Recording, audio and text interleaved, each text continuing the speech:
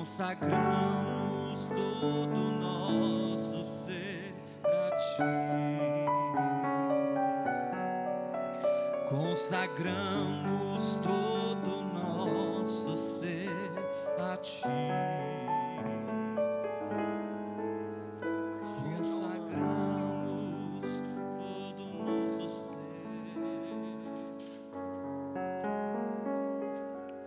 Aleluia. Bom dia, igreja. Quero convidá-los, sem demora, aos irmãos abrir as vossas Bíblias. Salmos 18, versículo 41.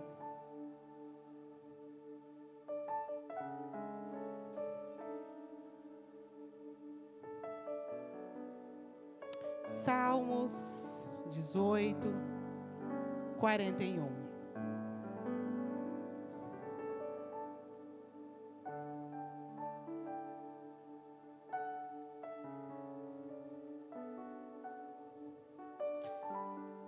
Hoje, quando eu cheguei, mais cedo, eu estava organizando as coisas do Dorcas e orando.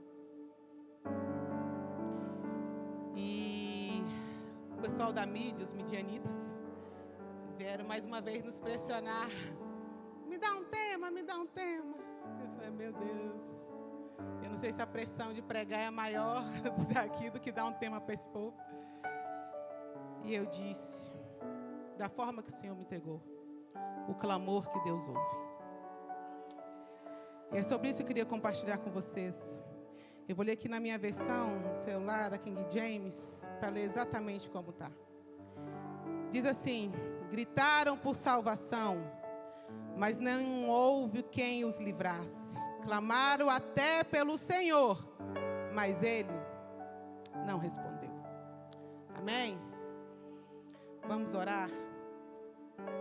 Pai, em nome do Teu Filho amado Jesus, nós estamos aqui na Tua casa nesta manhã. Nós viemos Te entregar o nosso louvor e a nossa adoração. Mas sabemos que Tu és um Pai, Senhor Jesus, que nos ama, misericordioso.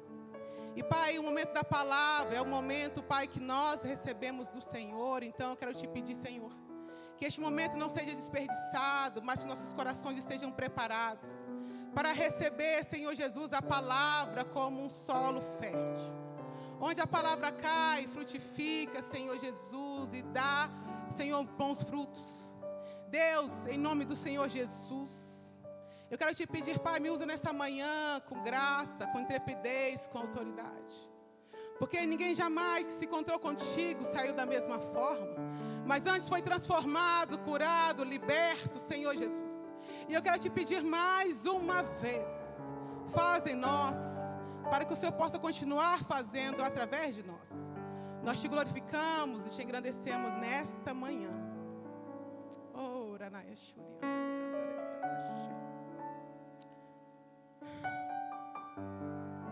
Aleluias. Aleluias. Louvado seja o nome do Senhor. Queridos, o Salmo 18 é atribuído ao rei Davi. É um salmo de cânticos de ação de graças. O salmo é uma declaração de amor e confiança a Deus, pelo grande livramento que Deus deu ao rei Davi. E ao longo do texto a gente vai encontrar uma manifestação dele, da grandiosidade, da proteção que Deus deu a ele no período de guerra. E neste momento, você vai ler, o salmo é extenso, e você vai lendo, ele vai exaltando, exaltando, exaltando. Mas para a gente entender o motivo de toda essa exaltação, a gente precisa entender o que estava por trás daquele salmo, qual era o pano de fundo. E a Bíblia vai nos dizer, aliás, está escrito, literalmente escrito no título do salmo que nós lemos. Se você voltar lá, você vai ver que é um salmo onde Davi escreve em louvor a Deus por dar livramento a Saul e a seus inimigos. E quem é esse rei Davi? O rei Davi, sem dúvida, é o maior rei de Israel. Um dos filhos de Jessé, o caçula. A unção de Davi, na realidade, é bastante interessante, porque quando Deus envia o profeta Samuel para ungir Davi, porque já tinha rejeitado Saul, o profeta, um homem de Deus, chega na casa dele, diz: eu vim aqui sacrificar, reúna todos os seus filhos. E a Bíblia vai dizer que Jessé reúne todos os filhos, com exceção de Davi, que nem é convidado para aquele momento. Tamanha era a importância que seu pai dava a ele. Davi não tinha porte de rei, não tinha veste de rei, não tinha, talvez, vocabulário, e nem exercia uma função importante, porque Davi era pastor de ovelhas. Naquele tempo os guerreiros eram valiosos, e Davi pastoreava ovelhas, e essas, a Bíblia vai dizer que nem eram muitas, eram poucas. E Davi está ali pastoreando, e a reunião na casa dele acontecendo. Mas Deus, que sabia que Davi não tinha atributos de rei, vestes, idade, nem exercia posição, conhecia o coração. E para ser rei, queridos, não basta só parecer rei, você precisa ter caráter real e coração de realeza. E Davi tinha. E a reunião vai acontecendo ali. E Samuel, quando apresenta o primeiro, Samuel olha e fala: ah, deve ser esse, alto, forte, bonito, tem cara de rei. E Deus diz: não é esse. Apresenta o segundo: não é esse. Apresenta o terceiro filho: não é esse. E Deus vai rejeitando. Até que acabam-se os filhos, e Deus fala assim no último para Samuel: Samuel, não se engane, porque eu não olho como o homem olha. O homem olha aquilo que está externo, mas eu, porém, olho o coração. E esses aí, embora pareçam ser, não são. E talvez seja aí, queridos, o motivo de muitas vezes nós termos promessas, mas elas ainda não terem se cumprido. Porque tem lugares que a gente só assenta se a gente tiver coração. Tem lugares que a gente vai alcançar, não é pela nossa habilidade, porque a habilidade Deus dá, mas coração é construído e demora.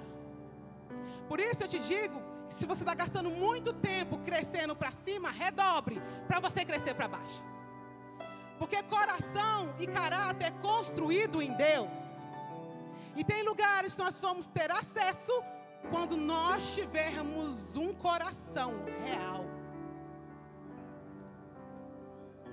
Deus conhecia todas as coisas. E Deus dá logo, desfaz o engano, fala para Samuel, e Samuel vira para Jessé e fala: você não tem mais nenhum filho? Ele falou: ah, tenho, caçula, mas está lá fora cuidando das ovelhas. É como se Jessé dissesse assim: ele é muito novo e ele não faz nada de importante, deixa ele lá. Mas Samuel na hora entende, manda chamar o menino e diz: olha, aquilo que eu vim fazer aqui, o sacrifício, eu não vou fazer até que o menino chegue. Mandou chamar, Davi entra e é ungido rei de Israel. Glória a Deus por isso. Mas a unção, queridos, de Samuel não trouxe Davi para o trono. Na realidade, a unção matriculou Davi na escola da preparação, onde a primeira matéria foi a perseguição. O tempo passa, muita coisa acontece. E a Bíblia diz que um dia, Davi luta contra Golias. Vence o Golias, você conhece a história. Mas a vitória leva Davi para o palácio, mas não leva para o trono ainda. Saul se apaixona por Davi. Depois, munido de muito ódio, de muita inveja, começa a perseguir Davi. E Davi foge. Mais de 10 anos fugindo do rei Saul. E outros inimigos que foram se levantando ao longo do caminho. Sabe, queridos, eu acho muito interessante, porque às vezes a gente recebe uma palavra, recebe uma unção, e a gente se alegra, a gente agora, é minha vez. E daí se levanta o inferno todinho. E você fala, mas, meu Deus, o bispo estava na carne. Meu Deus, será que foi para mim mesmo aquela profecia? Mas se você tiver recebido, queridos, uma unção e uma palavra para a sua vida, e o inferno se levantou, está tudo dentro da programação. Porque Davi enfrentou muitas lutas, mas Davi também venceu todas elas. E é muito interessante porque às vezes a gente se preocupa com as batalhas. Não, a gente tem que se preocupar se nós vamos vencê-las. Essa é a diferença. E como a pastora Bruna bem pregou na semana passada, ela disse que Davi, quando Davi se deslizou e não deixou alguém tomando conta e foi roubado, a Bíblia diz que ele ora a Deus, e Deus dá uma estratégia e ele recupera tudo de volta. Entende que não é só uma questão de lutar por lutar, mas é lutar para vencer. E essa é a garantia que ele tem. E ele vai vencendo, vencendo, vencendo. Mais de 10 anos fugindo por cidades, desertos, cavernas. A unção não trouxe para Davi outra coisa senão luta e perseguição. E uma grande preparação. E como diz o bispo, uma coisa é terra boa, outra coisa é terra preparada. O coração do rei era muito bom, mas ainda não estava preparado. E durante essa trajetória, muitas coisas acontecem. Davi tem várias experiências com Deus. E o nível de relacionamento de Deus com Davi vai aumentando, se aprofundando, afinando. E o texto que a gente leu aqui é um destes momentos, em mais uma batalha, onde Davi agradece a Deus pela vitória que Deus deu a ele e aos seus inimigos. No versículo 3, Salmos, Davi glorifica a Deus, porque ele fala, eu clamo a Deus e ele me ouve e me dá a vitória.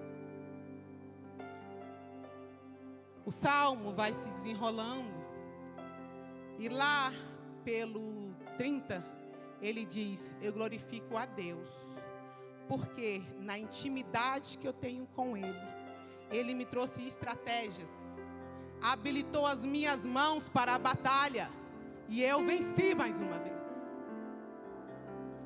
E o texto segue, irmãos, depois leiam lá, porque vale a pena.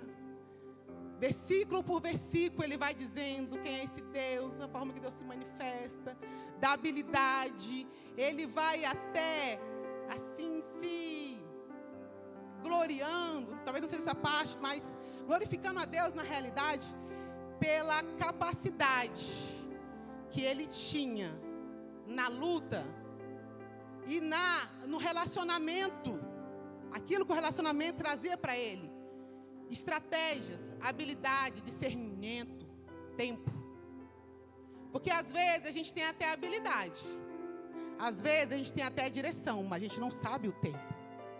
E ele era preciso, por conta de um relacionamento de intimidade que ele tinha com Deus. Chega no 40, Davi glorifica a Deus. Obrigada, Senhor, porque o Senhor me deste vitória sobre os meus inimigos. Eu os pisei. Ele está debaixo dos meus pés. Ele glorifica, porque essa parece ser a última batalha dele. Tão grande assim. Pelo menos esse não está escrito, mas esse é o entendimento que nós temos. E no 41, queridos, que nós lemos, Davi traz uma informação bastante interessante. Prestem atenção nisso. Ele vai dizer que na batalha, na grande guerra, os inimigos dele clamaram a Deus. Clamaram ao Senhor, mas o Senhor não os respondeu. Deixou que eles fossem moídos como terra no vento. E aí,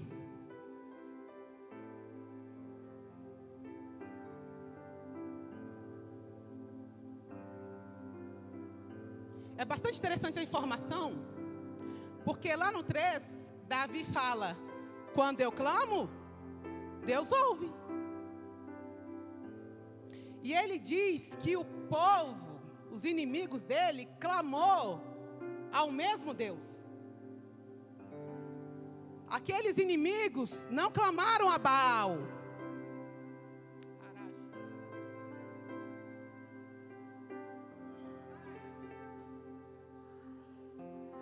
Não clamaram, irmãos, a outro Deus qualquer, a outro Deus pagão. Eles clamaram ao Deus de Israel, o mesmo Deus que Davi clamou. Isso quer dizer que os inimigos de Davi eram do povo de Deus. Porque só o povo de Deus, o povo de Israel, clamava ao mesmo Deus.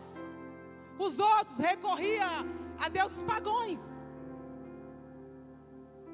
Mas por que então o mesmo povo clamou ao mesmo Deus e Deus não respondeu? Porque Deus, irmãos, não responde clamor, Deus responde a relacionamento. Relacionamento que Davi tinha, mas aqueles lá não. Conhecia o nome do Senhor, sabia que Deus dava vitória, sabia de quem era Jeová, o Deus da guerra, mas não tinha intimidade. O povo clamava e Deus não respondia. Porque às vezes a gente se porta igual, a gente às vezes acha que está servindo Baal, e a gente fica fazendo teatro na presença do Senhor. Rola, chora, dá cambalhota, dança, sapatia, chora, se esmera. Mas deixa eu te falar, Deus não te ouve, Deus ouve relacionamento. A Bíblia vai dizer, inclusive, que tem momentos aqui no texto, você lê depois, que Davi diz: eu senti medo, porque meus inimigos eram muito maiores do que eu, muito maiores. E Deus veio ao meu encontro. Você entende que é isso? Davi não falou eu clamei, ele falou eu senti, e Deus veio. Para quem tem intimidade, irmão, não precisa nem clamar, é só sentir e Deus aparece. Oh, irmãos, a gente vive num engano, achando que todo clamor é só eu clamar e Deus ouve. Usamos inclusive Jeremias 33, clama a mim, anunciar-te-ei, responder-te-ei coisas grandes e ocultas, das quais você não sabe. É verdade, mas Deus diz isso para Jeremias, um profeta que tem uma história, um relacionamento, uma intimidade com Deus. Deus não diz isso para Jeremias no início, ele disse para ele no capítulo 33, ou seja, Jeremias já tinha comido muita farinha com o Senhor e tinha tido muita experiência, já era afinado. Acontece que nós não pagamos o preço, queridos. Nos relacionamos com o Senhor de qualquer forma, e aí a gente fala, eu vou clamar e Deus vai ouvir. Lê do engano. Muito melhor, queridos, do que clamar é não precisar fazer.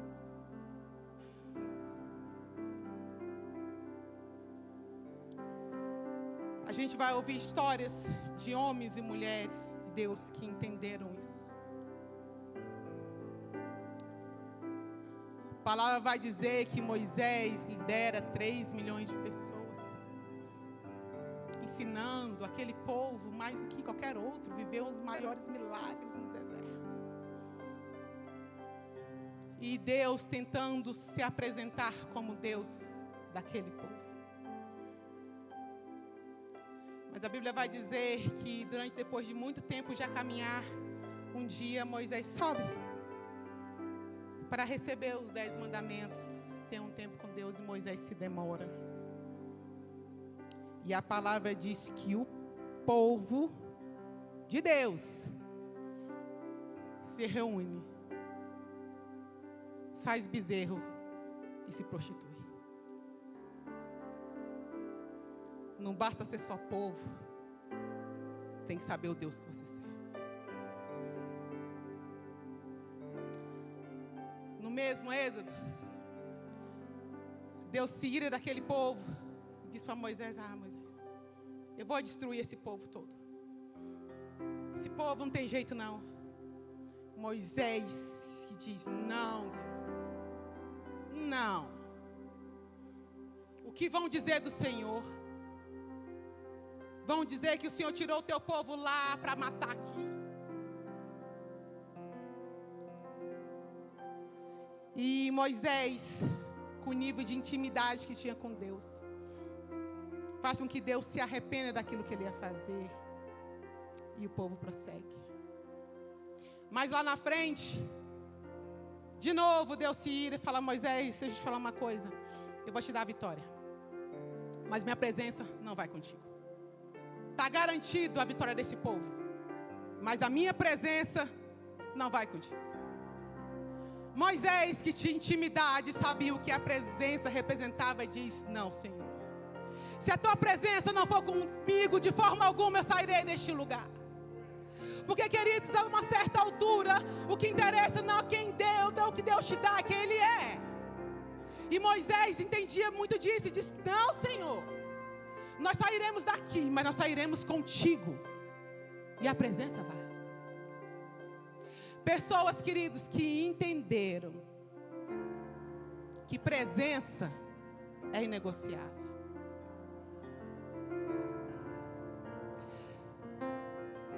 Também a Bíblia vai nos dizer que havia um homem chamado Lázaro, amigo de Jesus,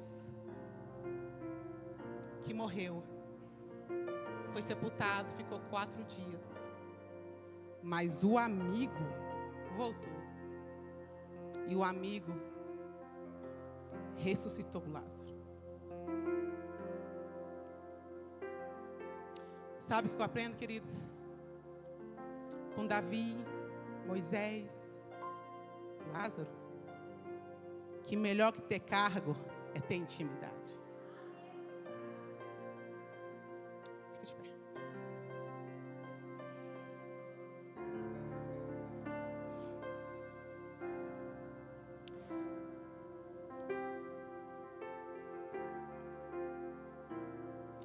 Nós temos vivido, queridos, muitas vezes, de cultos em cultos.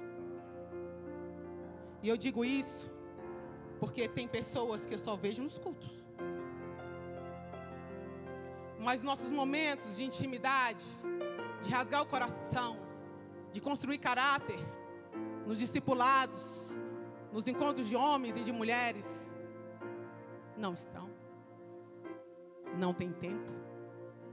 Estão ocupados demais. Porque ainda carregam o grande orgulho de dizer: eu sou povo de Deus. Eu já entreguei a minha vida. Eu faço parte. Mas e se eu te falar que Deus nem te conhece? Mas, pastora, eu atendo na recepção. Eu entrego envelopes, eu louvo, eu prego, eu curo. E aí eu vou te lembrar que naquele grande dia, Jesus pode falar: aparta-te de mim, porque eu não te conheço. Hoje ou amanhã, queridos, que Deus vem trazer um alerta para a gente. Vem ajustar a nossa frequência. Culto após culto, palavra após palavra, Deus tem dito a mesma coisa de forma diferente. Outro dia, a pessoa me falou: pastor, algumas pessoas sumiram, né? Eu falei: meu irmão, eu receio que suma mais, porque a peneira está passando. Deus está afinando. Afinando. E eu me alegro de vê-lo nessa manhã aí, em pé. Talvez não tão firme, mas de pé. Porque nós vamos passar pelo processo. E nós vamos viver os 6 melhores meses das nossas vidas. Amém? Mas nós vamos viver que nem Moisés, com a presença. Porque Moisés podia ter aberto mão de tudo aquilo, irmãos. Foram muitos anos sofrendo naquele deserto. A hora que Deus falou: pronto, Moisés, a vitória é sua, pode ir. Oh, irmãos, Moisés era muito crente, porque muitos de nós tinham falado: obrigada, obrigada. Não, irmãos, ele não abre mão da presença. As bênçãos que você vai receber aqui, aquilo que você vai alcançar aqui, não pode roubar de você a primazia da presença. Não pode roubar de você o seu relacionamento com Deus, o diário de Deus. Miles Moore dizia uma frase interessantíssima, eu repito todos os dias, que eu já até impregnei na minha irmã, e ela falou esses dias: depois daquilo eu nunca mais saí da minha casa antes de orar. Ele diz que ele não saía da casa dele de orar nunca, porque o tempo que ele gastava com Deus era o tempo que ele não gastava com homens.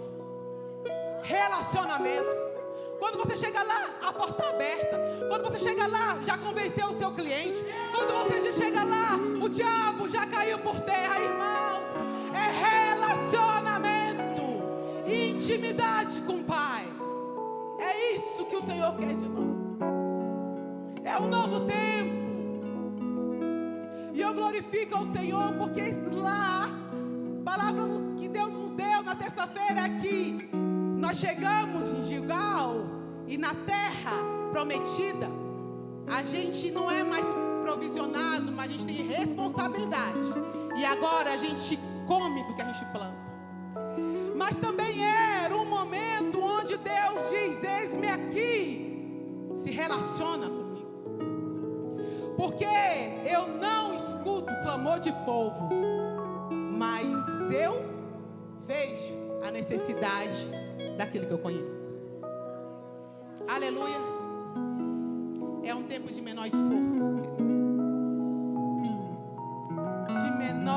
de menor esforço, para aqueles que têm intimidade.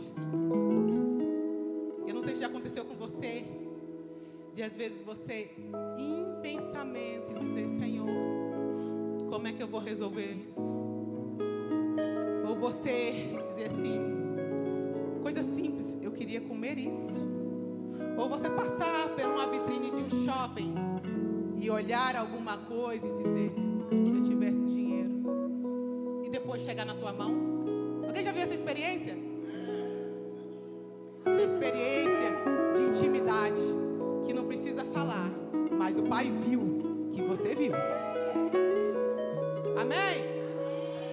Vamos orar? Pai, em nome do teu Filho amado Jesus, nessa manhã nós queremos te glorificar, Senhor. Senhor, nós queremos mudar de verbo. Nós queremos deixar de ser o povo que te pertence, para ser o povo que te conhece. Pai, nós queremos ter um relacionamento genuíno contigo, porque sabemos, Pai, que a tua presença, que as bênçãos são consequências da tua presença e não são fim, Pai. São consequência do relacionamento que temos contigo. Ah, Deus, em nome do teu Filho amado Jesus, nós queremos te glorificar nesta manhã e te agradecer. Porque o Senhor é um Deus que não abre mão de nós. Um Deus que não abre mão de ouvir as nossas vozes, Pai. De sentarmos contigo. A palavra diz que quando Adão pecou, Senhor, a palavra diz que foi ele que se escondeu, mas o Senhor veio ter com ele na mesma hora de todos os dias. Porque para ti importa o relacionamento.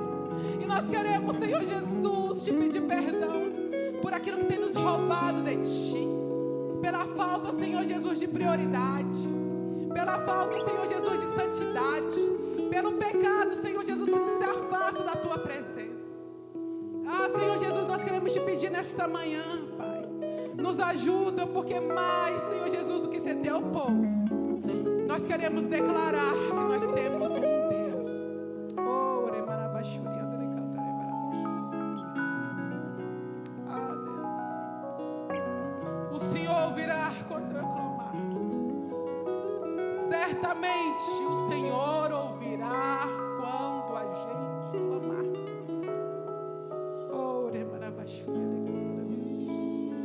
Quero te glorificar, Senhor, porque na tua presença não precisa religiosidade. Na tua presença, Senhor Jesus, a gente abre a mão dos protocolos e a gente entra como filho. Oh Deus, nós queremos deixar de ser como aquele irmão mais velho do filho pródigo, que podia ter acesso a tudo, mas não desfrutava de nada, porque não tinha relacionamento. Oh, Senhor, nós queremos viver em altura, largura, profundidade. Tudo aquilo que o Senhor tem para as nossas vidas, em nome de Jesus. Se eu me humilhar diante do teu altar e sacrificar aquilo que me custa, tu inclinarás os teus ouvidos ao meu clamor. Mais vale um dia no